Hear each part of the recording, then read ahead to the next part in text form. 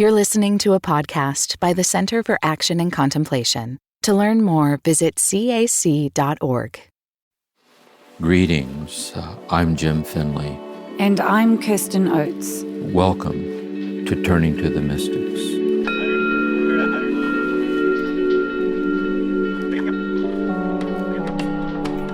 Welcome, everyone, to Season 7 of Turning to the Mystics, where we've been turning to the German mystic, Meister Eckhart. And we've come to the time in our season where we turn to listener questions. And this season, we've had more listener questions than ever before, which has just been wonderful. And so we're going to have 3 episodes dedicated to listener questions. So this is the first of 3. But before we get started in looking at the questions, we have a little milestone to celebrate today. And so I'm here with Jim and with Corey to let you know that today's episode will be our 100th episode, which is so exciting. Jim, I wonder if you have any reflections on reaching this milestone. Yes, I do. For me, when I graduated from high school and went to the monastery with Thomas Merton, it was one of these life-changing things. And it was through Merton that I was introduced to the classical texts of these mystics that we've been listening to in the series, John of the Cross, Teresa, Eckhart, and so on. And so it's been like a lineage of mystical awakening down through the ages.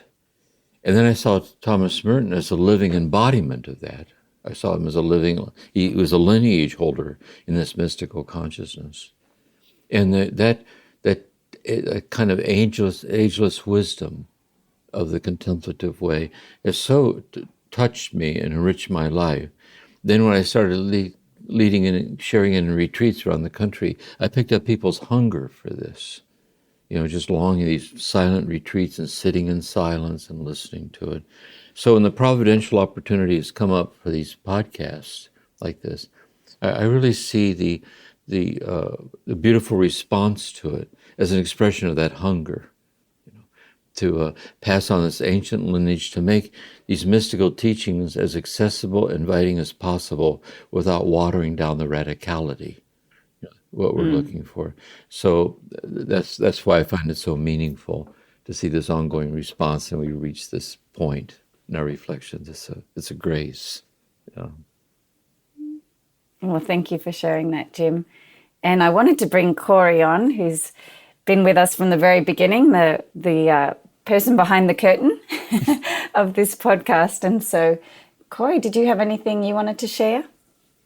Yeah, I find it fascinating to watch how the show has grown since we started for us, we started in 2019. The public started their journey with us in 2020, but it's been fascinating to watch the show grow and see all of the same names pop up season after season, asking questions and getting new names along the way. So for me, it's been fun just to watch not only our trajectory of making the show, but the trajectory of our audience sticking with us and truly becoming what you all talk about as the monastery without walls. Yeah. So I've thoroughly enjoyed it.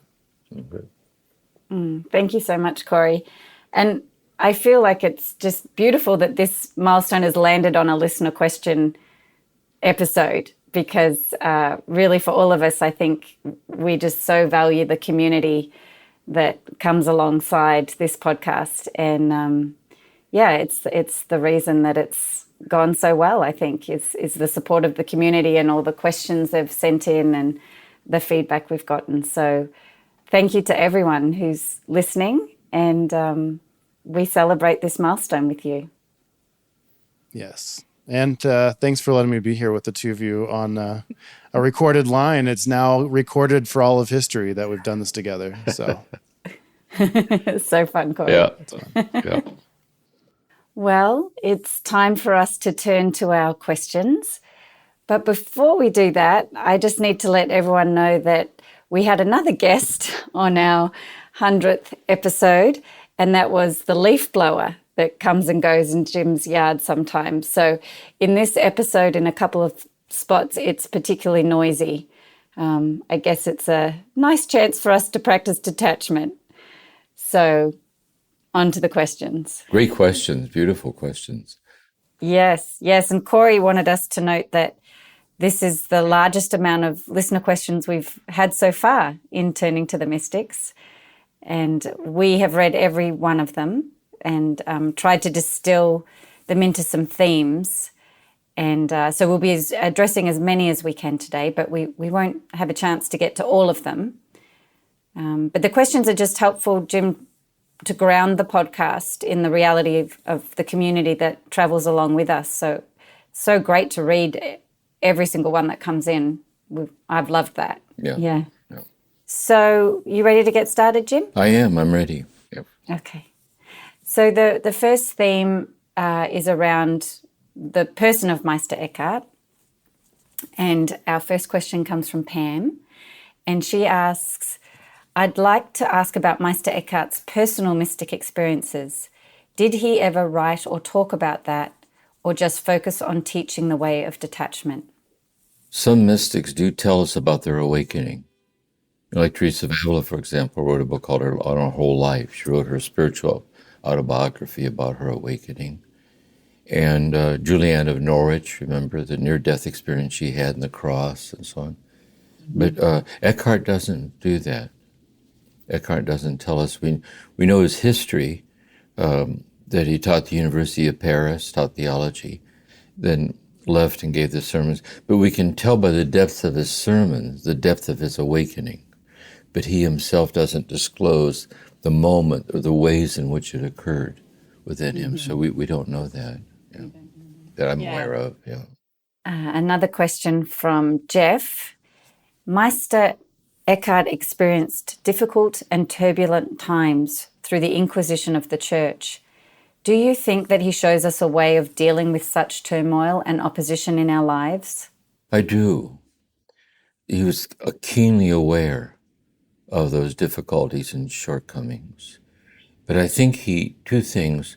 One, I think he saw the church as a community of infinitely loved people, community of people called by God to God.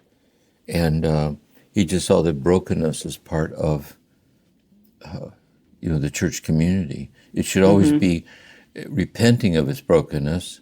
It should always be trying to be less broken and more helpful.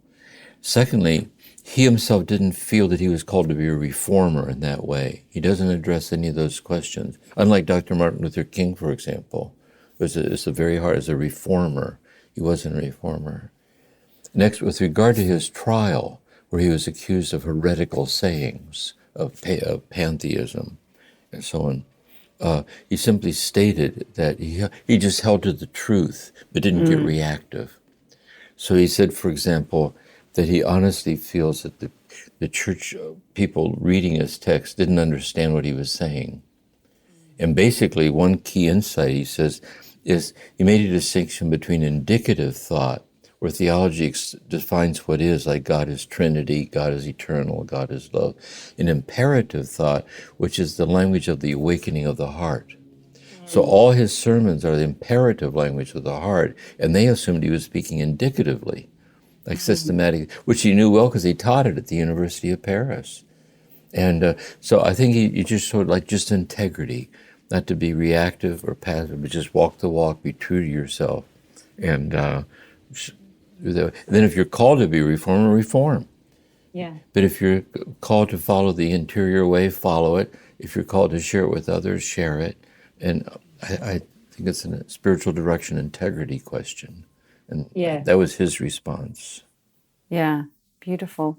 And in the end, if you follow the truth, it has a reformative quality to it. So over time, he has reformed the way people approach Scripture. And yeah, another way of looking at it, I mean, the church is as crazy today as it ever was. I mean, we have no trouble today pointing out, like, oh my God, I don't believe it.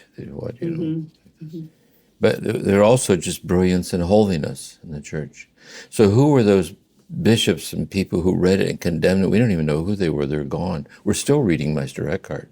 You know what I mean? So in a way, there's that long-term victory of the truth of oneness, over the squabbles that are often involved in the hand wrestling matches with it. And he was very aware of it, but he just kept going and didn't get caught up in it. He just stayed true. Yeah. Gives us hope. Yeah. So next question is from, and I hope I'm pronouncing this name correctly, Yiano. Could you kindly elaborate on the distinction between Meister Eckhart's views on panentheism and pantheism? Furthermore, I'm curious to understand why the Church condemned his teachings in particular. Pantheism is basically the teaching that everything is God. For example, Advaitic philosophy of Hinduism is that God is everything. God is everything. Eckhart's panentheism is not that everything is, he puts it this way, it's very subtle, that God is reality itself, infinite reality itself, infinitely giving in a self-donating creative act, God's very reality, as our reality, but as our reality in our nothingness without God. So it's not that we are God. On the contrary, that's why I say if God would cease loving us into the present moment at the count of 3, we'd vanish. So we're not God. But God's self-donating act of being the reality of ourselves, others, and all things, and our nothingness without God, is panentheism. Because it's our very nothingness without God that makes our presence to be the presence of God. It's the very nothingness of the rose that makes God to be the reality of the rose. In its nothingness without God. So that's the panentheism thing. And he was condemned because he was accused of pantheism. And there are other factors. There were some political elements. He was a Dominican, Thomas Aquinas, and it was an ongoing dispute between the Dominicans and the Franciscans, the Augustinian Franciscan school. So there were politics involved in it also. And also, as we were mentioning earlier, that his accusation that they didn't understand what he was saying. They thought he was speaking indicatively, a systematic theology. They didn't understand he was speaking poetically and evocative of the language of awakening. And so those are the contributing factors, I think, to understanding his condemnation. That's helpful, Jim. So panentheism wasn't a recognized kind of theological category? Well, it actually was in the mystics. St. John of the Cross, for example, all the mystics are panentheistic in this way. St. John of the Cross says, imagine you're looking at a window and the sun shines through. You see the window insofar as there's smudges on it. But what if the window could be infinitely clean? The sun would shine through and you wouldn't see this. The window would seem to be the sunlight. And in the same way, he says, when we're purified in the dark night of the soul becomes so transparent in the dark night, it seems to be God in love, even though it remains a creature of God, infinitely less than God. It's experientially divinized through this love, divine union, like that. So in a way, it's at the heart of all of the mystics in that sense are panentheistic. They're not dualistic. Mm-hmm. Just not recognized by the Academy the Academy, meaning academic study of such things, recognizes panentheistic thought. And as scholars, they recognize it, its nuance, how each mystic or Thomas Aquinas, different people, how they express it, how they don't. So, but the institutional, more structural, kind of day by day from the pulpit attitudes that people hear, they don't necessarily, they're not invited to pay attention to such things. It's kind of more straightforward, and they just don't go there. It's subtle. Yeah. And obviously the powers that be in that period of time. Yeah, even for pastoral reasons, a lot of people can't, it's like non-dual. It's a subtle term. See, not dual means it's not two, but it's not the same either. See, it's not the same, but it's not two. That's the panentheistic subtlety of it. So, So helpful. Thanks, Jim. And a question from Saskia. The sermons of Meister Eckhart always make me feel light and happy, even if I don't understand everything. His words sparkle with joy. I imagine his eyes twinkling when he is talking about horses and flies and angels. Do you recognize this joy, and could you comment on it?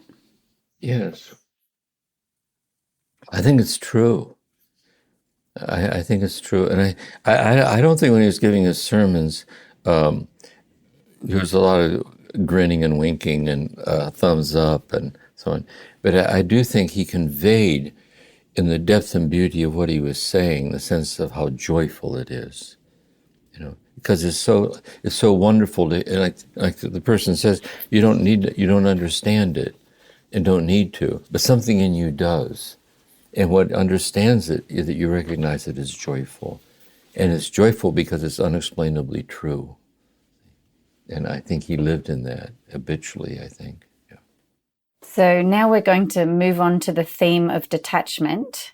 And I should point out that in all these wonderful emails and questions, people celebrate the podcast and your teaching, Jim. I think people are just so grateful. So I'm not reading that each time, but it's definitely a theme. So thank you again for everyone who sent us something to read.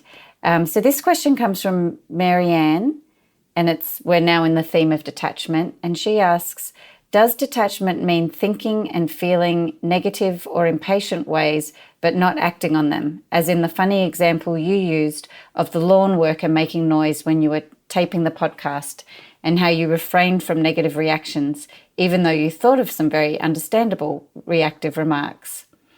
Or does detachment with Eckhart mean arriving at a place where the nitty-gritty of life does not disturb a balance of graced love filling our heart in every moment? If the latter is true, have you ever met a person who is given such a gift? Yeah, I think that's true. I think that's a good way to see it.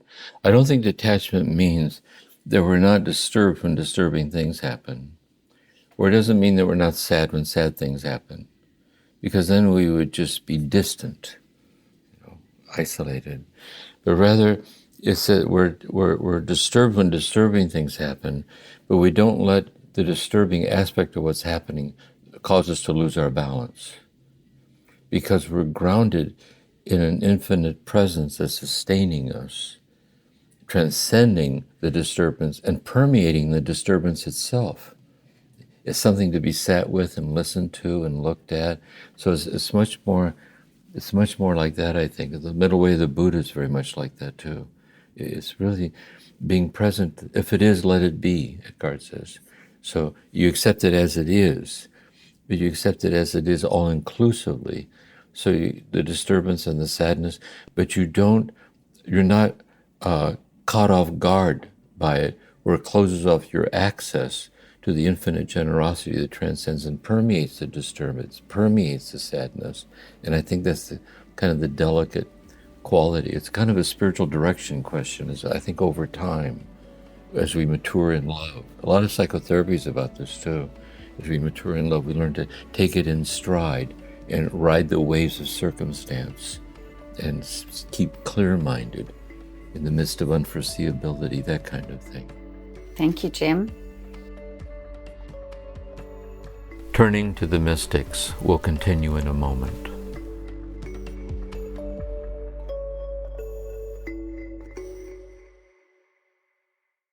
Many of us feel increasing anger at injustice, violence, and indifference in our world today. Join us March 14th for What Do I Do With My Anger? An online gathering featuring Richard Rohr and Brian McLaren. Learn ways of transforming anger into loving action. Inspired by Father Richard's new book, The Tears of Things. Register today at cac.org/anger. That's cac.org/anger. What does it mean to embody salt and light? In 2025, Richard Rohr's daily meditations turn to Jesus' timeless metaphor for reflecting love into the world. Amid this season of uncertainty, join us in living with trust, being salt and light. For 18 years, the daily meditations have inspired thousands of readers like you. Subscribe today at cac.org/saltlight2025. That's cac.org/SALTLIGHT2025. Still going forward with detachment questions, but it's lovely. People have asked questions like trying to apply detachment, the path of detachment to their own circumstances. So we're going to hear about some particular circumstances, and I'll start with Dolores, who writes, I'm trying on this idea of detachment. I'm so curious about it and also desire to make it part of my growing awareness of who I am in God. 6 years ago, when my 24-year-old son was killed in a car accident, my understanding of God was blown wide open.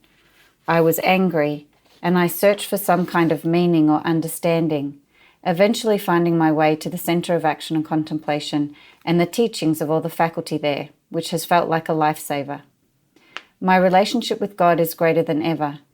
In my constant connection with God and communication with God, I also find myself staying connected to my own son as well, as I do believe our loved ones who have passed are still near. This helps me cope with his loss. I wonder if the teaching of Meister Eckhart would describe this as attachment. Well, first of all, sorry for your loss. Your son, that's really painful. I think Eckhart would say attachment would be getting lost in the nightmare of the loss and then clinging to it forever. You're just not going to let go of it. You don't want to get beyond it, hold on to it. You'd also say it was attached in some stoic way. You distance yourself. Oh, it's not that bad. There would be attachment to your own peace of mind. Over stepping into the truth of the loss and walking with it.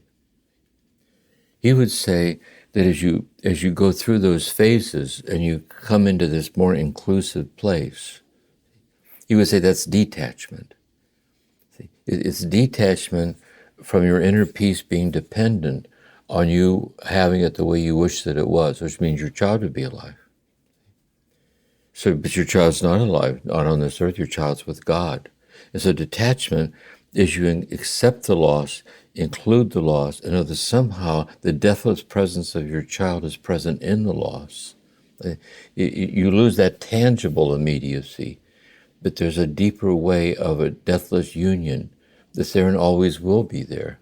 And it's detachment. It's just a very detached attitude that you speak of that Eckhart's trying to bring us to. Yeah, thank you, Dolores, for sharing that meaningful circumstance with us. Yeah, very helpful to everyone listening, I'm sure. You see, I think Grace says the fruit of detachment is the birth of the Word in the soul. And the birth of the Word is a state of realizing the trustworthy, boundaryless, divine generosity woven into life as it is. And so I think here there's echoes of this birthing in you that he invites us to discover that detachment brings us to if we stay there. Question from Neil. You reflected a line about detachment, being detached from anything that isn't your heart's desire. So where does a calling fit into that? Where do you put having a calling for a vocation or some sort and following that calling, but without becoming attached? Detachment from the outcome and detachment from the very vocation. Yes, my sense is this. I think we're following the path that Eckhart invites us to follow, all the mystics. If we know in our heart that what we're doing in the moment is why we exist. Now, there's two ways to look at that. One would be a way of detachment, in that I exist because I'm here to make more profit. I'm here to make this go the way I want. I exist to see this turns out the way I want, which is really the sadness of attachment. Likewise, one can engage in a calling in an ego-based way, to actualize an idealized image of oneself, to get, whatever. But there's another way, is that one realizes that one's called to marry someone or a child, or one's called to accept loss, or one's called to teach students in a classroom, one's called to be an artist or a poet or serve the poor or whatever. And one's called to it, but requires a great deal of detachment from the hardships and burdens and precarious fragilities involved in being faithful to your calling. So you get a sense in your heart you're following the light.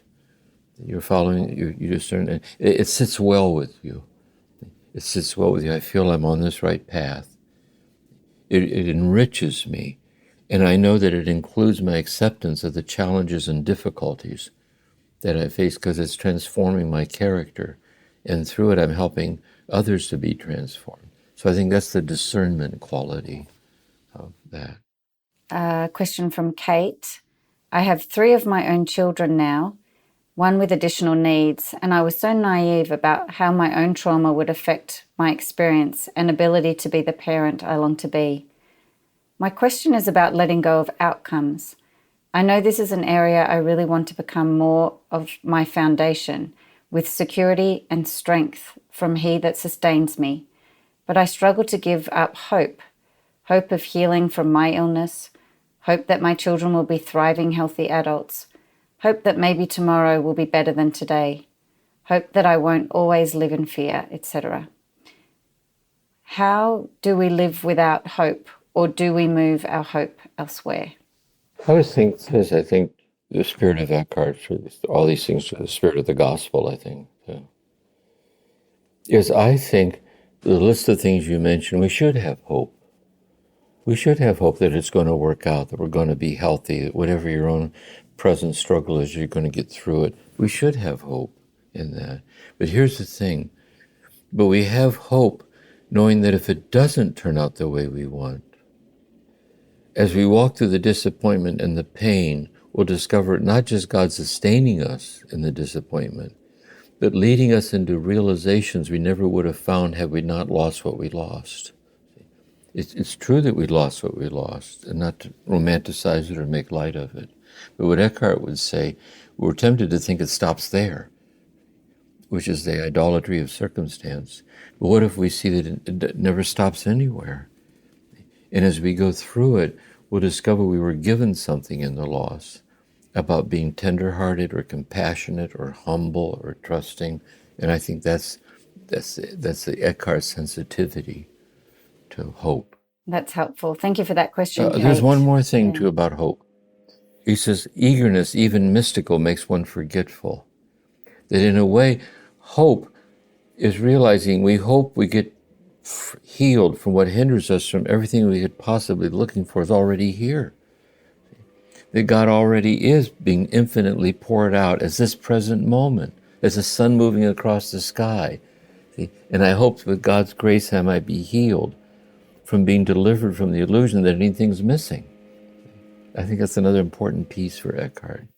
Yeah, that's beautiful. It's always kind of those 2 levels of what's already present and we might not be conscious of, but also the practicalities of our day-to-day life with choices and, yeah. Another image of that would be at the deathbed of a loved one when the person comes to acceptance. So it isn't as if they're not dying because they are. It isn't as though the loss is painful beyond words, what we can say. But in their acceptance, they are dying, but they're free from the tyranny of death in the midst of death. See? And in their acceptance, it like washes over into us, and we sense something deathless and trustworthy, see? And the grace in being there with them, and so on. So it's like that. He always has that interplay of how God's present in our life. Yeah, so I guess our deepest hope is to experience that presence and that those we love might experience it too. Exactly. Exactly. The next question is from Marcus, and Marcus is from Sweden. Let's see. Basically, my question is, can one be a mystic in the first half of life?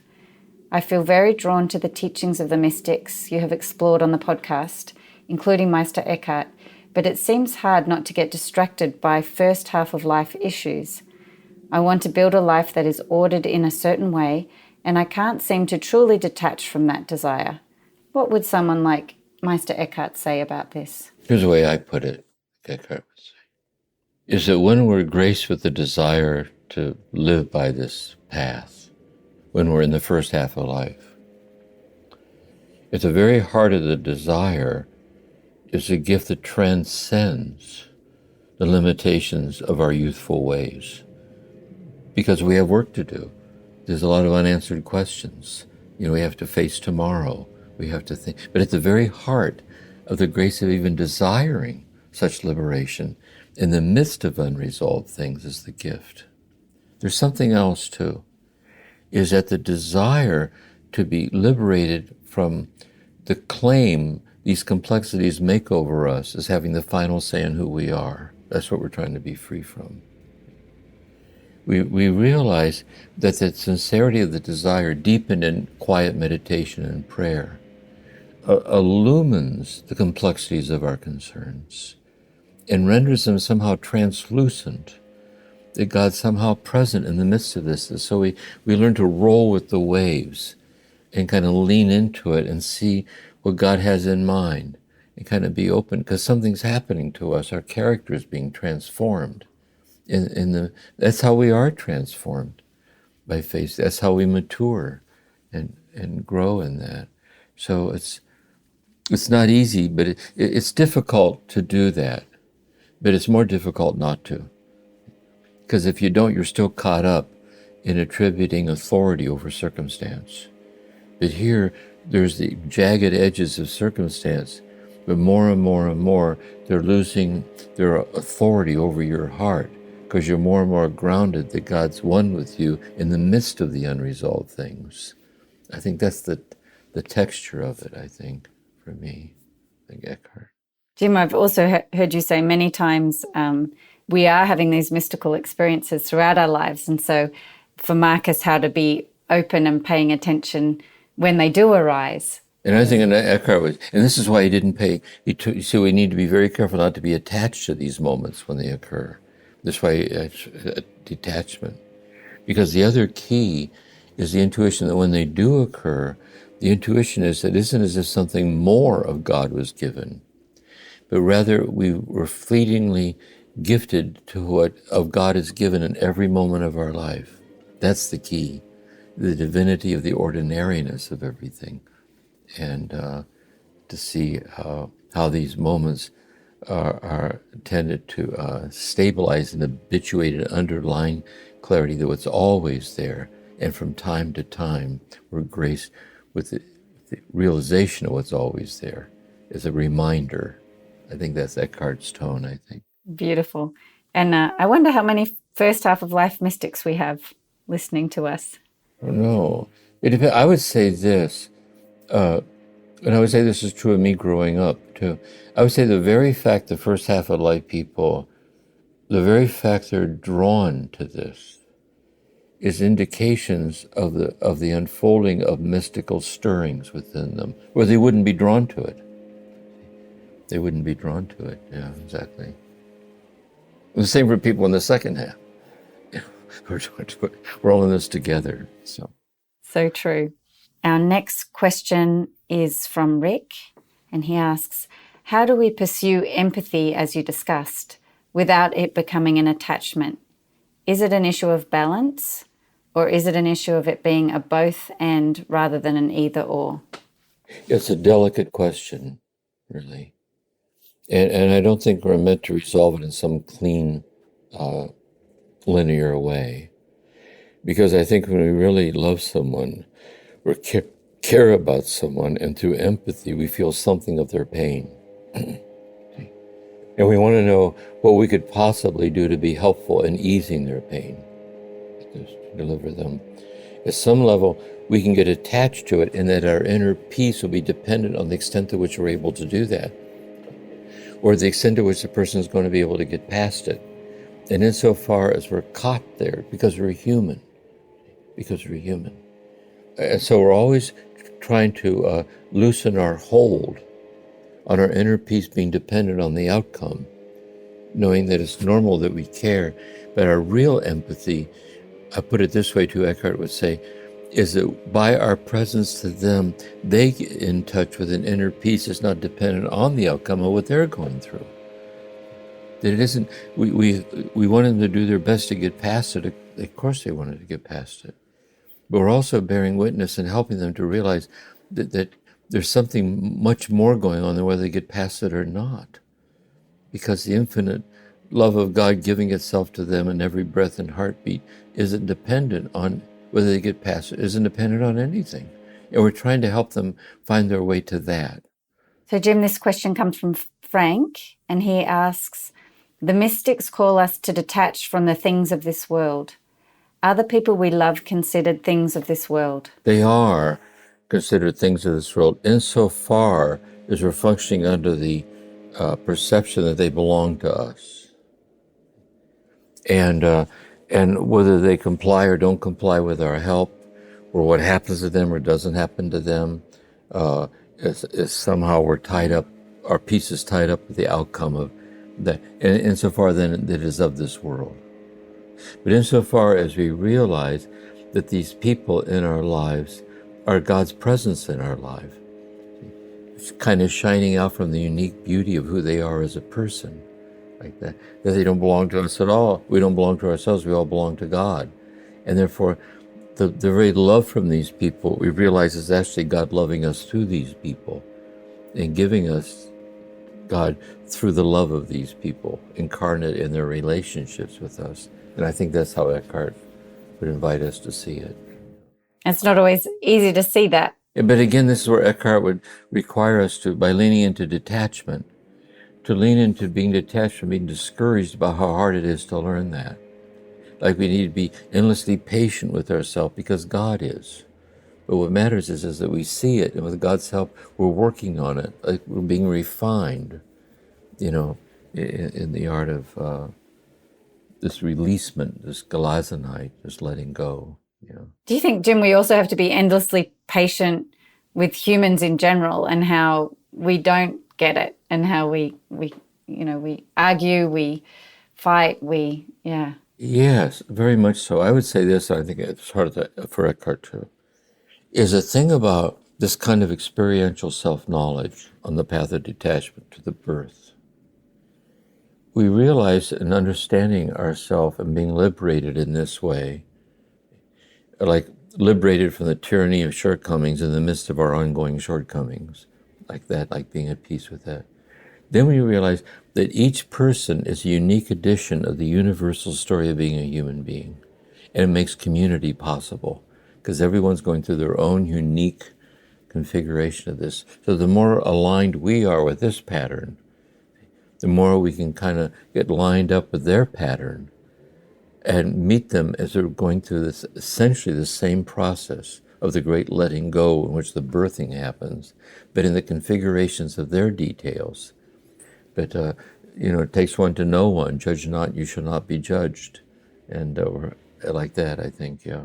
Yeah, thank you for expanding on that, Jim. So our last question on detachment is going to be a voicemail. And Corey, who's always in the background supporting us, is going to play that for us now. Hi there. This is John from Northern New Jersey, calling with a question for Dr. Finley regarding his talk on Meister Eckhart.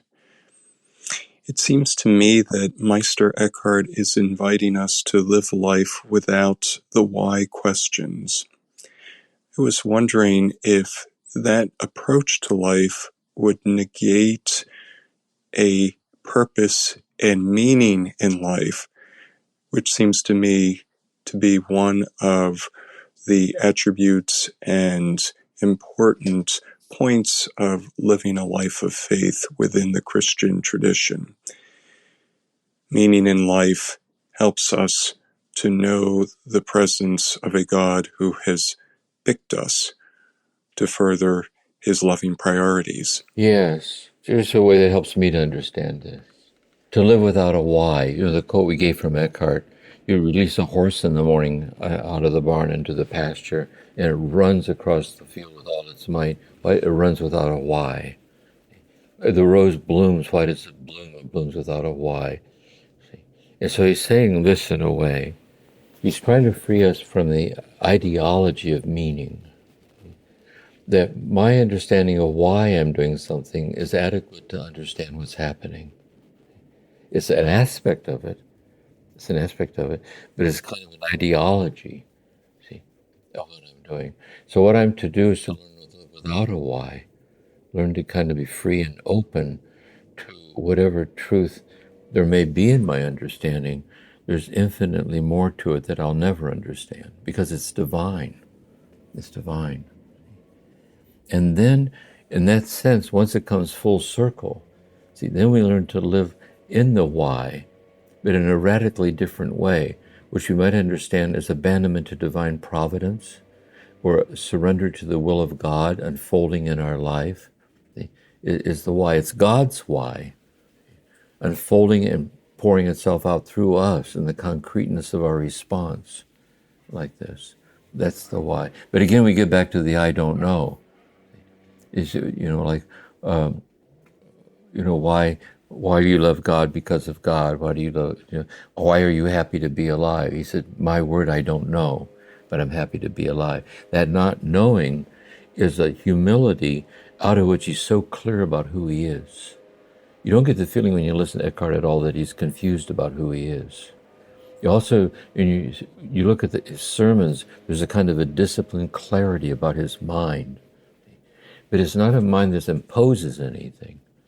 It's a mind of a kind of a flowing or a sharing, of being liberated from constrictions that were not nearly gracious enough or generous enough in the unfolding of what's happening. So those would be some perspectives about that point that helps me. So now we have a question on longing from Liz. In the third dialogue, you talked about the longing of never enoughness that we will never consummate in this lifetime. I love reading Thomas Merton's journals because you get much more of a sense of how he wrestled with never enoughness compared to the neat wisdom you get if you just look at his quotes. But wrestling with longing can be exhausting. Sometimes I long for the simplicity I had. It made life seem easier. Do you have any practical thoughts on how to live in longing? We have things in our life that we long for, that they might be consummated. And either we might long to get past a very painful thing that's going on with us or a loved one, or you might long that something we want very, very much in our life will actually find it. Not knowing for sure whether we will or not. Let's say there are these litany of longings. And that's life. So we do our best to work with that. What Eckhart is saying is this. Several things I think Eckhart would say. That what you're longing for, even if it turns out and you would find it, would be infinitely less than what fulfills you. That anything we're capable of finding or losing doesn't fulfill the longing. And Thomas Merton says, our minds are like crows. They pick up everything that gathers. Our minds are like crows. They pick up everything that glitters, even though no matter how uncomfortable their nests get with all that metal in them. So we're always longing. And he says, whenever I long for something and get it, it burns me. It's one more thing I wanted very much that doesn't fulfill me either. So one, there's that. Next is to know that the longing for what you're hoping for actually, though, contains within it something of God inspiring you to long for it, because it's through the energy of your own happiness, your own fulfillment, the happiness of others. There's a kind of a divine dimension to it. Another level to consider is that all your longings are an echo of God's infinite longings for you. It's the reciprocity of longing like this. And lastly, also to realize that God is somehow infinitely, mysteriously present in the longings itself. It's like the divinity of the longing actually contains within it what you're longing for, like this. And so there's like layers of subtleties about the whole question about longing. It's a tough one to live with, isn't it? Because, it's a very strong feeling, I'll show you the paradox of it. This is why it's a therapy question or a spiritual direction question, discernment, prayer question, is I long to get to the point where I'll no longer be having to deal with longings. So even that's a longing, see? So how can I be free from the tyranny of longings in the midst of my longings, knowing that God is providentially unfolding in the longings? And sometimes, too, in the midst of longings, we're unexpectedly blindsided by something we're searching for. That was really why we were longing in the first place. And we didn't see it coming, like we were surprised by it, like that. So it's a very intimate question she's asking, yeah. Liz mentioned Thomas Merton as someone who wrestled with never enoughness. Did you sense that in him? Oh, Thomas Merton has this lovely quote. He's talking to God. He said, "Oh, how far I have to go to find you in whom I've already arrived. I only wished it were over. I only wished it were begun." See, that's lovely. And Eckhart would echo that, see? Because somehow that's God's presence echoing in the dilemma of his awakened heart, like this. And he was filled with longing, but the same way in knowing him, he was liberated from longing, because he deeply lived with this sense of nothing's missing. And that his longings are patterns, like karmic patterns of the unfoldings of discovering that. And then his writings, like Eckhart, these mystic teachers, they try to help pass on, they try to help us see it too. I think that's why they teach. They're trying to help us with this, yeah. That quote brings tears to my eyes. There's something just so, oh my gosh. So Jim, in that session, that same session that Liz asked you about, session 3, where you talked about longing, you also talked about this idea of empathy, having the same level of empathy for the neighbor's child as you do for your own. And so this question is saying, is the empathy of which you speak in the context of non-attachment to not be undone, to live in the promise that the child that has died still lives, though not here, to empathetically rejoice in this knowing? And how do you how would you mourn every death as if it were your own child? I'd be completely incapacitated.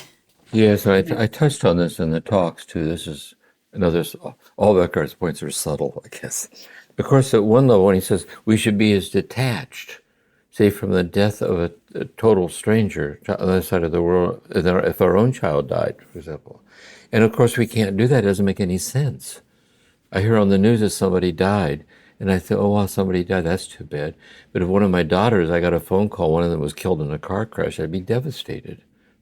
So it isn't, well, one more person died, what's for dinner? Likewise, every time someone dies on the news, I start weeping uncontrollably. So it doesn't make any sense literally at all. It doesn't mean that. So there's acknowledging the human experience, that if it's the loved one that dies, we have to, bereavement, we have to grieve it and walk through it.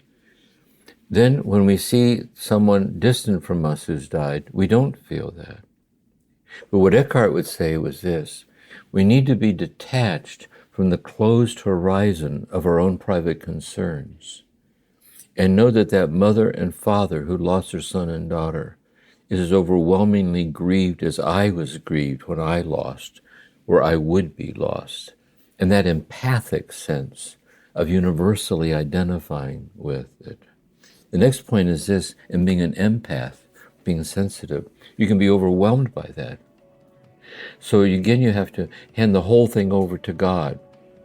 In the world God so loved, God sent his only begotten Son, of the rise and fall, of birth and death and gain and loss.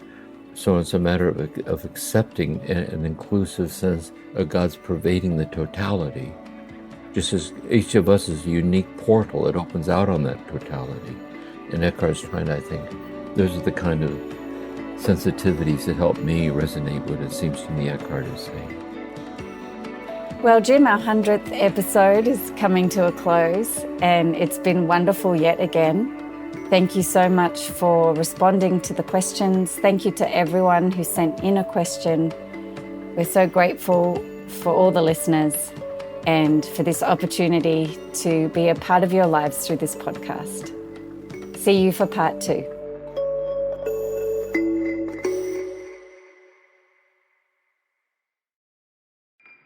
Do you feel called to walk a more contemplative path?